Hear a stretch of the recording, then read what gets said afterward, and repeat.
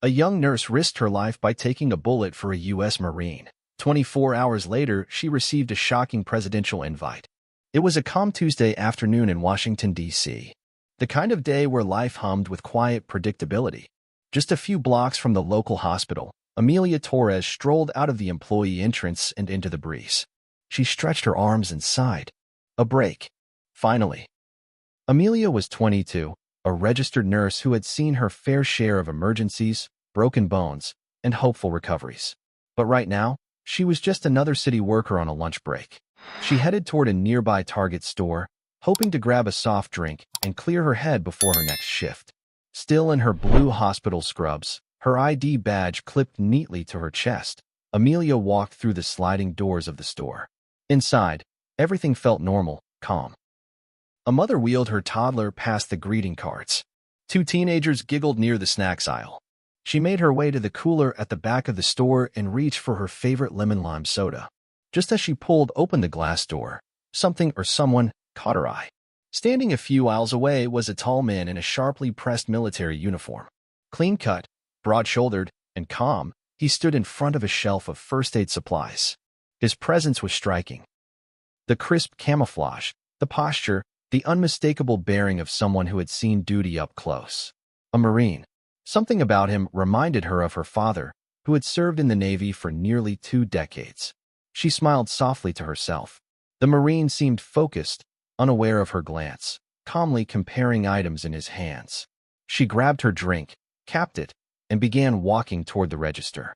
Her mind wandered for a moment, wondering where he might be stationed, if he was on leave, or simply grabbing essentials on a break like her. And that's when it happened. The quiet hum of the store shattered in an instant. The double doors of the Target burst open with a violent clang. Screams erupted. A store security guard was already on his knees, trembling, with his hands raised in surrender. 2 men stormed in, both masked, both carrying weapons, eyes wide and erratic like cornered animals. Their entrance was not the result of a plan. It was chaos. A desperate grab for something they thought they could control. One of them barked orders. The other sprinted to the cashier and slammed his gun on the counter, demanding cash. Customers screamed. Shelves toppled as people dove for cover. Amelia froze, her heart pounding so loudly it nearly drowned out the shouting. But then came the moment everything slowed. The gunman at the register paused. His eyes locked on something or someone. The Marine. Still in uniform. Still composed. Still standing. It was as if time suspended. The second gunman, now visibly panicked, realized what they were looking at. A soldier. A trained military officer. The threat of retaliation, of control slipping away, suddenly became real to them. Without thinking, the robber lifted his gun. The barrel pointed directly at the Marine.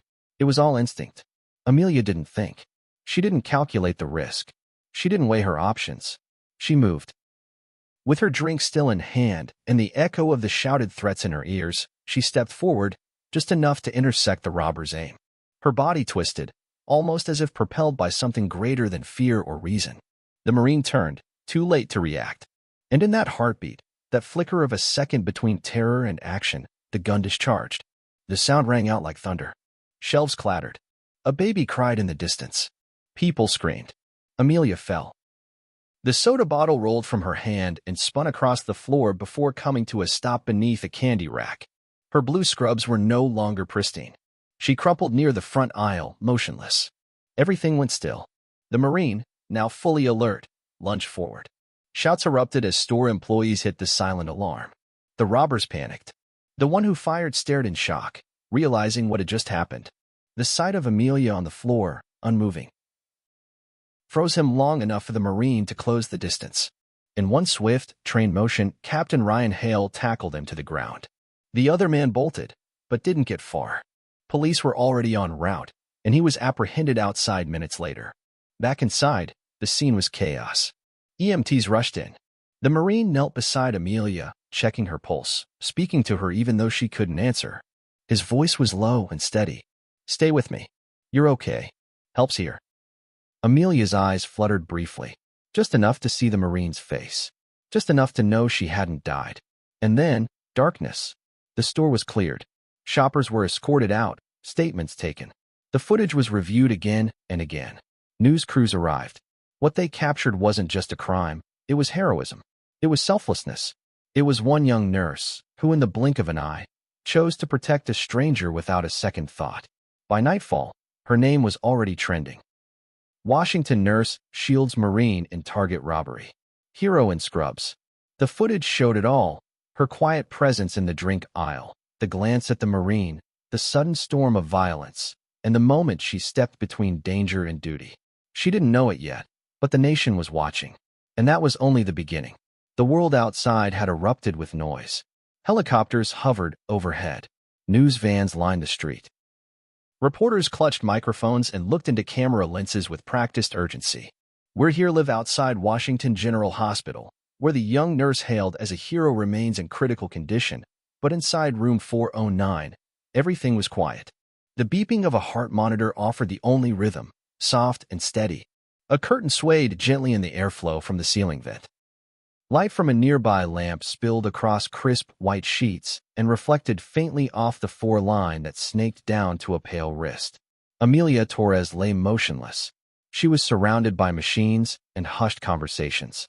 Nurses stepped in and out like whispers, adjusting fluids, checking stats, charting updates. Doctors murmured in the hallway, words like stable, responsive reflexes, and she's fighting, drifting in and out of earshot. But inside the room, time had slowed down to one man's breath. Captain Ryan Hale sat beside her bed, still dressed in his uniform, the same one stained with her blood from the incident at the Target store. He hadn't changed. He hadn't eaten. He hadn't left. His posture was military straight, yet the weariness in his eyes betrayed the hours that had passed. His hand never left hers. At times, his thumb traced small, slow circles over the back of her palm. A grounding motion, like a tether he refused to let go of. He leaned in closer now, speaking in a voice so low it was meant for no one else. "You didn't have to do it," he whispered. "But you did. You stepped in front of a man you didn't even know. That's not something I'll forget. Not today, not ever." Her breathing was soft and regular, aided by the oxygen cannula resting gently below her nose. The doctors had sedated her early on, shock and pain managed under close watch. But they all agreed on one thing. Amelia's condition was improving. It was just a matter of time. Ryan looked down at her hand again. He noticed the tiny ink stain near her knuckle, probably from jotting patient notes earlier in the day. How ordinary, he thought. Just a nurse on break. And now, the entire country was waiting for her to wake up. Through the window, beyond the blinds, the world buzzed. Reporters were live on the hour. Hashtags with her name were trending across every platform. Photos of her in her scrubs, taken from social media, were now plastered on television screens. News segments titled, "The Nurse Who Saved a Marine" played coast to coast. Inside room 409, Ryan barely noticed. He remembered the moment he first saw her, reaching for a drink, catching his eye with a soft, brief smile. She didn't know who he was. She didn't need to. And yet, when the danger unfolded, she didn't hesitate. Not for a second. He shook his head slowly, the memory looping like a movie he couldn't turn off. The gun, the sound, the chaos. Then silence, followed by the unbearable moment when her body hit the ground. He had never run faster, and he had never felt more helpless. And now, here she was, sleeping, healing, a miracle with a pulse. A nurse entered quietly, giving Ryan a kind but concerned glance. "Captain Hale, we've got fresh linens and we're going to check vitals. You're welcome to stay, but we may need you to step back for a moment." He nodded, rising to his feet reluctantly. As the nurse checked Amelia's monitors, he paced the corner of the room slowly, his boots making a soft thud on the sterile floor. Minutes passed, maybe more. When the nurse finally stepped out, she smiled. Still stable. No regression. Honestly, she's strong. He offered a faint smile in return. She always was. He returned to her side, resuming his silent vigil. The hospital had granted him clearance after it became clear he wasn't just a passerby. Word had spread quickly that the man she'd saved was a decorated Marine captain. But even if he'd been a stranger with no title, Ryan knew he'd still be there. He couldn't walk away. Not from her. Not after that moment. He sat once more and leaned close again. "You're kind of a big deal now," he said softly. "You should see what's going on outside. There's a guy from Channel 9 who's basically camped out in the parking lot. Some senator tweeted about you. And I think," he chuckled lightly, "I think someone made a fan page." He paused, eyes searching her face. Her brow was relaxed, her lips slightly parted in sleep. There was peace there, even in unconsciousness. Ryan lowered his voice further, a whisper meant only for her. But none of that matters right now. What matters is that you come back. You're not done yet, Amelia. Not even close. Time moved differently in the room. The sun dipped lower outside. Somewhere down the hallway, a nurse changed shifts. A code was called 3 floors up, but room 409 stayed still, quiet, suspended. And then, without warning, her fingers twitched. Ryan's breath caught. He leaned in, unsure if he had imagined it. But then it happened again. Her hand, faintly, subtly, moved against his. Amelia? His voice was steady but urgent now. Hey, Amelia. Her eyelids fluttered. Machines beeped a little faster. The heart monitor kept rhythm, slightly quicker now. Her head shifted just a fraction. Come on. That's it, he whispered, heart pounding. You're okay. You're here. Her eyes opened, just slightly, blinking against the soft light of the room. Confused. Groggy. But alive. She stared for a moment, her vision still focusing. The blur of a uniform. The warmth of a hand in hers. And then Captain Hale's face softened. His voice cracked. You're back, he said gently, smiling for the first time in hours. Tears welled in his eyes, but he didn't let them fall. Instead, he squeezed her hand a little tighter. Amelia blinked again, this time more aware. Her lips moved, no sound yet, but the recognition was there. Doctors rushed in as the vitals surged. Nurses called for updates. The hallway outside erupted with motion, but inside the room, only one thing mattered. She had opened her eyes. And the world, watching closely, suddenly breathed again. Outside the quiet hospital room where Amelia Torres lay recovering, the world had erupted into a storm of headlines, camera flashes, and live updates. What had begun as a routine break on a calm Tuesday had now morphed into a national story, one that every television, tablet, and talk show was eager to tell. Within hours of the incident, law enforcement across Washington, D.C. mobilized like clockwork. The surveillance footage from the Target store had captured everything in crisp clarity: 2 masked men storming the entrance, guns raised, customers diving to the floor. Then came the moment that stopped hearts nationwide. A young nurse in hospital scrubs lunging forward to shield a Marine, and the deafening gunshot that followed. It was irrefutable, and it ignited something across the country. The footage spread like wildfire. News anchors replayed the video on a loop, each frame analyzed with urgency. Watch closely, they'd say, voices tight with emotion. This is the exact second Amelia stepped between the Marine and the barrel of a loaded weapon. Panelists used words like instinctual bravery, pure sacrifice, and American courage. Overnight, Amelia Torres had become a household name. Meanwhile, police officers combed the streets with a single mission: find the 2 men responsible. Tips poured in. A store clerk from a nearby gas station reported 2 frantic men buying energy drinks and bandages late at night. Surveillance footage from the area confirmed it. It was them. A taxi driver later reported dropping off 2 jumpy passengers at a rundown motel just 20 minutes from downtown. By noon the next day, a SWAT team surrounded the building. Room 14, dusty and dimly lit, was the last place the robbers would breathe free air. The door was kicked in. There was no dramatic standoff. No shots fired. Just 2 men, overwhelmed by a crime they hadn't expected to go viral, thrown face down on a cheap motel carpet and arrested on the spot. Across Washington, relief spread like a breeze through the city. Justice was swift and public. Back at the hospital, Amelia remained the quiet center of a hurricane.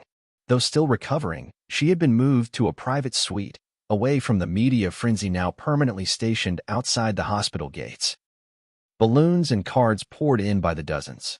Children from a local elementary school mailed drawings of Nurse Amelia, standing in front of an American flag, her arms outstretched like a shield. And every few hours, someone new knocked on the door of her room with something to give: cookies, thank you notes, flowers, even a hand-sewn quilt made by a group of veterans. But it wasn't the gifts that overwhelmed her. It was the magnitude. Her nurse wheeled in a television one afternoon, and that's when she saw it. Her own face splashed across the news. She blinked in disbelief, her hand pausing over the tray of hospital food.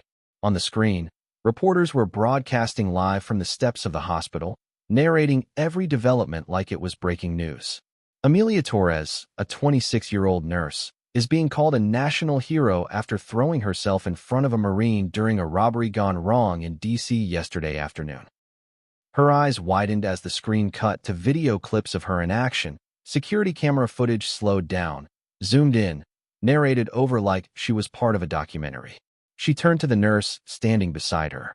"That's me," she said softly, almost unsure of the words. "That's actually me." The nurse smiled gently. "Yes, and the world's watching, sweetheart." On morning shows, hosts wiped away tears. On social media, hashtags like #HeroInScrubs, #AmeliaStrong, and #RealAmericanHero trended for 48 hours straight. One popular tweet read, "She didn't have a weapon. She didn't have training. She had a heart. And she acted. That's what heroes look like." Late that evening, a formal statement came from the White House. The President of the United States recognizes the extraordinary bravery of Nurse Amelia Torres. Her actions represent the highest ideals of courage and sacrifice. We extend our deepest gratitude and unwavering support during her recovery. The nation stands with her. Amelia stared at the words on the television screen, not knowing whether to cry or laugh or cover her face. The president, the actual president, had said her name. She wasn't looking for recognition when she stepped forward. She wasn't thinking about medals or headlines. She wasn't thinking at all, just doing what felt right in that frozen moment when life held its breath. But now, the entire country was breathing again, and they were all saying her name with reverence. The hospital issued a statement of its own, praising her not just as a brave civilian, but as a nurse with a long-standing record of compassion and professionalism. Former patients called in to share stories. One elderly woman recounted how Amelia had stayed with her past her shift just to help her comb her hair and ease her into bed. Another told how Amelia had sat with his young daughter and sung lullabies during a painful round of treatment. She wasn't just a hero in a single moment. She had always been one. Captain Ryan Hale, who still visited her daily, was asked to appear on several news outlets. In every interview, he said the same thing. She didn't save a Marine that day. She saved a life, a human life, and she did it without blinking. Inside room 312, Amelia held a remote in one hand, flicking through the channels as one news anchor after another told her story. Each one added a new layer to the narrative. A former military nurse called her a symbol of national resilience. A veterans organization pledged to honor her at their next national convention. Even the mayor of Washington, D.C. declared a citywide day in her name. But none of that felt real. What did feel real were the letters. Dozens of them, stacked neatly on her bedside table. Letters from children who wanted to be nurses. From young girls who said she was brave. From strangers who said they cried watching the footage. From soldiers who had served in war zones, confessing how her courage reminded them of their own loved ones back home. Amelia didn't know what to say. She hadn't expected any of this. She just remembered the man in the uniform, the way her heart stopped when the gun was raised, and the silence that followed the shot. Now, that silence had been replaced by a chorus of voices thanking her, celebrating her, honoring her. Justice had been served. But more importantly, something in the heart of the country had stirred. And it had started with her. The sun had barely climbed over the Washington skyline, casting soft gold across the hospital's windows, when something extraordinary happened. The nurses were going about their routines, quietly checking on patients, exchanging soft morning greetings. The news was still running on a muted television in the corner of Amelia's room. Headlines still rolled across the screen, her name still blinking on the ticker as if it belonged to a public figure, not a nurse who had simply stepped out for a soda 2 days ago. Inside the room, Amelia was propped up slightly against a pillow, still weak but improving. Her eyes had dark circles beneath them, but they were clearer now, more present. The pain was manageable. The shock, less so. She was just finishing her Jell-O when she noticed the shift in energy outside her room. It wasn't loud, but something about the tension in the hallway, the way people's steps slowed, how conversations abruptly ended, hinted that something unusual was unfolding. And then the door opened. A man stepped inside, impeccably dressed in a navy-tailored suit. His posture was deliberate, his expression calm but formal. He looked like someone used to giving orders, but even more used to carrying them with quiet, unquestionable authority. In his hand was a thick, cream-colored envelope sealed with gold foil. And right in the center of that seal was the unmistakable emblem, the seal of the President of the United States. Gasps escaped from 2 nurses nearby. One dropped her clipboard. Captain Ryan Hale, seated in the same chair he hadn't left in days, straightened up slowly, stunned. The man nodded respectfully to the Marine, then to Amelia. "Miss Torres," he said in a voice that was both official and oddly warm, "I come bearing a message from the President." Amelia blinked, her hands still resting on her tray. "The President," she echoed, her voice a hoarse whisper. The man stepped forward, placing the envelope delicately on her lap. "I've been instructed to deliver this by hand. He asked that I tell you it is personal." Then, without another word, the man turned and exited the room, leaving behind a silence so thick it felt sacred. Amelia stared at the envelope. The gold seal shimmered under the overhead lights. Her hands trembled slightly as she picked it up. Her breath caught. She glanced at Captain Hale, whose face bore the look of a man witnessing history happen up close. "Well," he said softly, "go ahead." She nodded slowly and opened the envelope. Inside was an elegant card, thick and engraved. The ink was embossed. The handwriting, whether printed or personally penned, was clean, strong, and unmistakably presidential. "Dear Miss Torres, your actions on June 11th represent the very best of what it means to be an American. In a moment of instinct, you chose bravery. In the face of danger, you chose compassion. It is with great honor that I invite you to the White House for a private ceremony in recognition of your heroism." With admiration and gratitude, President of the United States, Amelia's eyes glazed with tears. Her throat tightened.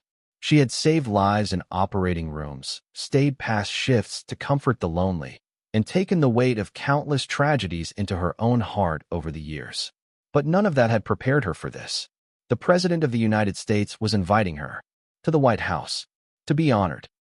She swallowed hard, looking down at the card again, as if reading it a second time might make it more believable.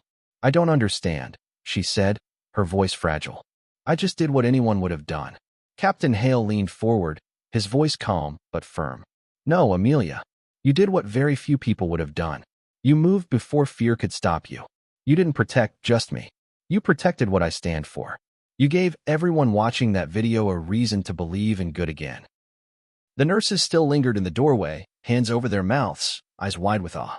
A tech down the hall whispered she got invited to the White House. It echoed down the corridor like folklore being born in real time. Amelia looked back at the card, her fingertips tracing the embossed lettering. A tear rolled down her cheek. For all her strength, all her composure, this was the moment that finally cracked her. Because she hadn't asked for this. She hadn't tried to be a symbol. She had only wanted to help. And now, the leader of the free world was calling her to stand among heroes.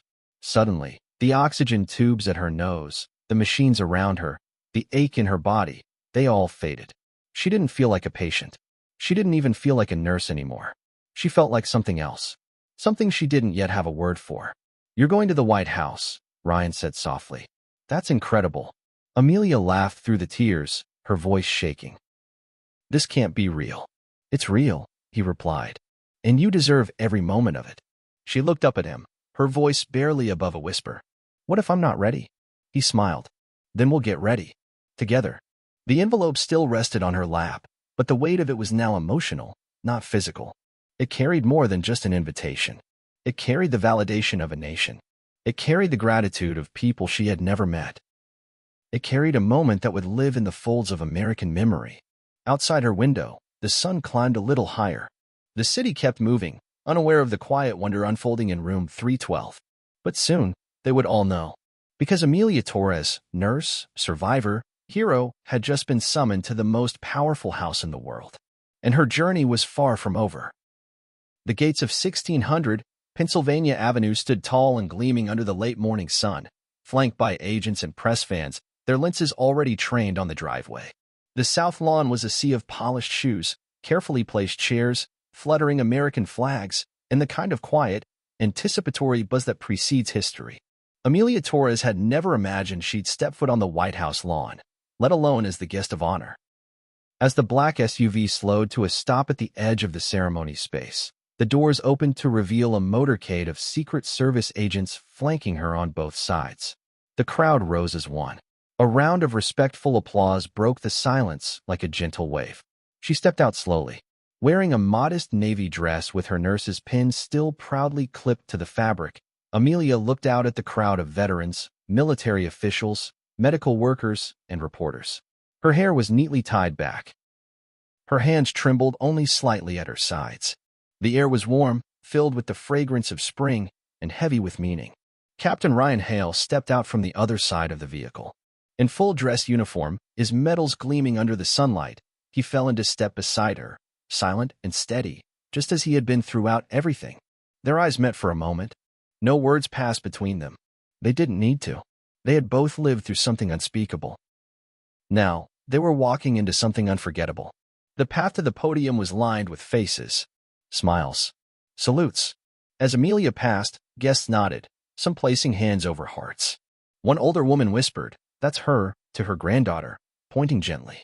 She climbed the stage steps slowly, her heart thundering in her chest. At the top stood the President of the United States, flanked by staff and military aides, his expression solemn but warm. He extended his hand to her, and she shook it, a slight gasp leaving her lips as he leaned forward and said, quietly, "It's an honor to meet you, Miss Torres." Then he turned to the podium, clearing his throat. The crowd hushed instantly. The cameras stopped clicking. "My fellow Americans," the President began, his voice strong and clear. "Today we gather not just in admiration of an individual's bravery, but to recognize something rare and profoundly human. An act of pure selflessness in a moment that demanded courage without calculation." He paused, letting the silence stretch, his gaze moving over the crowd before returning to Amelia. Miss Amelia Torres, a nurse from Washington, D.C., walked into a Target store for a soft drink. She left that store with a nation's gratitude. In the span of a heartbeat, she made a choice that most of us only hope we'd be brave enough to make. She saw danger aimed at another human being. And she stepped forward, not back. The crowd listened in breathless silence. Tears welled in many eyes. She didn't do it for a title. She didn't do it for glory. She did it because it was right. And that, my friends, is the definition of heroism. Then, with a nod, a military aide stepped forward holding a small, velvet case. The President turned back to Amelia. She stood tall, tears already threatening to spill. "It is my distinct privilege," he said, "to award the Presidential Medal of Freedom to Nurse Amelia Torres." A flash of golden ribbon. A gleaming medallion lifted gently from its case. As he placed it around her neck, the crowd erupted in applause.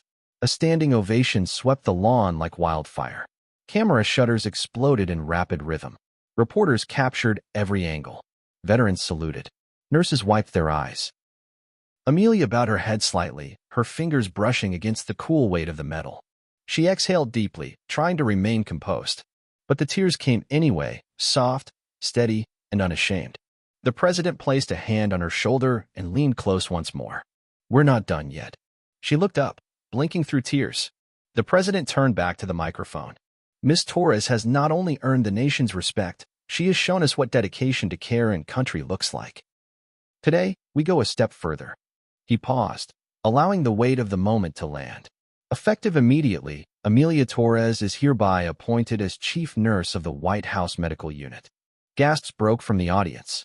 The cameras flicked back to her face, now a mixture of shock and stunned joy. She will oversee medical operations here at the White House, bringing with her not only clinical excellence, but an unwavering moral compass we all deeply admire. Amelia turned to Captain Hale, who was grinning now, pride beaming in his expression. She could barely register the applause around her. It felt like everything had narrowed to this surreal, glowing moment. But the President raised a hand again, signaling he had more to say. "And one more thing," he added, smiling now, "because her service and compassion have extended not only to strangers but to one of our own, Captain Hale. Amelia will also serve as the personal nurse to the President of the United States." Another wave of applause erupted, this time louder, more jubilant. Reporters typed furiously. Flags flapped in the breeze. A band played a few celebratory notes in the distance. Amelia could hardly believe what she was hearing. She brought a hand to her mouth, overwhelmed. What had begun as a simple lunch break had become a national moment. Now, she was not only recognized as a hero but welcomed into the very heart of the nation's leadership. As the ceremony drew to a close, guests stood in line to shake her hand. Veterans saluted her. Fellow nurses embraced her. Children clutched little flags, waving as she passed. But perhaps the most moving moment came when Captain Hale stood beside her once again. "You've changed more than just my life," he said quietly. "You reminded all of us what it means to protect one another." She smiled, her voice a whisper. "I was just doing what felt right." He looked out across the crowd, then back at her. "And that," he said, "is exactly why the country needed to see you do it." Together, they stepped off the stage, into a new chapter, one that had begun in a store aisle, forged in silence, and sealed in history on the White House lawn. The halls of the White House are quiet in the early hours. There's a hush to them, a kind of respectful stillness that stretches over polished floors and centuries of history. As Amelia Torres walks down the marble corridor, her footsteps echo softly, familiar now, like they belong. It's been a few weeks since the ceremony, since her name was etched into headlines and hearts across the country, since a single moment of courage changed everything. She walks these halls now not as a guest, not as a patient or visitor, but as the chief nurse of the White House Medical Unit. Her office, tucked just beyond the West Wing, is modest, warm, and filled with reminders of the journey that brought her here. On the wall hangs a framed photo of the day the president placed the Medal of Freedom around her neck. Surrounding it are dozens of thank you notes and children's drawings, some wrinkled from the journey in envelopes, others boldly colored with crayon hearts and shaky handwriting. "Thank you, Nurse Amelia. You are our hero." A small glass case in the corner holds the very stethoscope she was wearing the day it all happened, the fabric still stained faintly, a permanent reminder that sometimes what breaks you also builds you. Amelia settles into her chair, the soft rustle of paperwork and morning sunlight through the blinds creating a sense of peace. On her desk sits a growing stack of letters. They arrive daily, sometimes in bundles tied with string. Letters from strangers, fellow nurses, veterans, teenagers, and even school teachers sharing how her story has inspired their students to study medicine, or to be brave, or simply to be kind. She opens one now from a fourth-grade class in Iowa. It's written on blue-lined paper with every student's signature at the bottom. They've drawn a cartoon version of her, cape and all, standing beside a big red heart and a smiling U.S. Marine. Amelia chuckles softly. Then she presses the letter to her chest for a moment, overwhelmed not by pride, but by humility. She never asked for any of this. And yet, it found her anyway. A soft knock taps at her door. "Come in," she calls, turning in her chair. The door creaks open and in steps Captain Ryan Hale, his presence as steady and composed as ever. He's not in uniform today, just a simple shirt and slacks, but the way he carries himself never changes. His visits are frequent now, less formal and more familiar. There's a quiet friendship between them, forged not in long conversations, but in glances, silence, and the weight of a shared moment they both survived. "You look like you've been crying over letters again," he says with a crooked smile. Amelia grins, wiping at her eyes. "Iowa this time. They made me a superhero with a heart shield." He chuckles, stepping inside and glancing around her office. They're not wrong. He stays a few minutes, updating her on some medical initiatives they're collaborating on for veterans' care. But mostly, they just sit for a moment, the kind of silence between two people who no longer need to fill the space with words. When he leaves, she walks to the window and looks out across the White House lawn. The American flag waves proudly in the morning breeze, its red, white, and blue catching the light in bold ripples. She stares at it for a long while. That flag once felt distant to her. It was a symbol for others, soldiers, presidents, history books. But now, standing here in the very heart of American leadership, she realizes something profound. That flag represents her too. It represents everyone who makes quiet choices every day to protect, to serve, to act when others freeze. Her phone buzzes. It's a message from a young nurse in Oregon. "I was scared to go back into the ER after a violent case. Then I watched your story. I went back in. Thank you." Amelia closes her eyes for a second. It still doesn't feel real. How could a moment so fast, so instinctive, ripple this far? Yet it has. And it continues. Outside, the press has finally moved on to other headlines, but the story lives on, told in classrooms, passed on in hospitals, whispered between fathers and daughters. It lives on in the people who say nothing, but nod when they hear her name. She is no longer just a nurse on break. She is a story told at dinner tables and in textbooks. A living reminder that courage isn't always loud, and heroes don't always wear medals when they step into history. And yet, she carries hers with grace, not for what it symbolizes about her, but for what it represents to others. That heroism can be found in the unlikeliest places. That one ordinary moment can become extraordinary. That someone like her quiet, tired, halfway to grabbing a soda on a Tuesday can do something that ripples across the country. Amelia turns from the window and walks slowly back toward her desk. Her shift isn't over. Her legacy is just beginning. And through every letter she reads, every hallway she walks, and every heart she quietly heals, she carries that one lesson deep in her soul, that courage doesn't come from the uniform or the spotlight. It comes from choosing to step forward when no one expects you to. If you enjoyed this incredible story of courage, sacrifice, and honor shown by Nurse Amelia Torres and Captain Ryan Hale, don't forget to like, share, and subscribe to our channel. We'd love to hear your thoughts. What moved you the most, and how do you feel about how it all ended? Drop your comments below, mention your location, and tell us where you're watching from. Also, rate the story on a scale of 1 to 10. We're excited to see your reactions. Your support helps us bring more powerful true stories like this to life.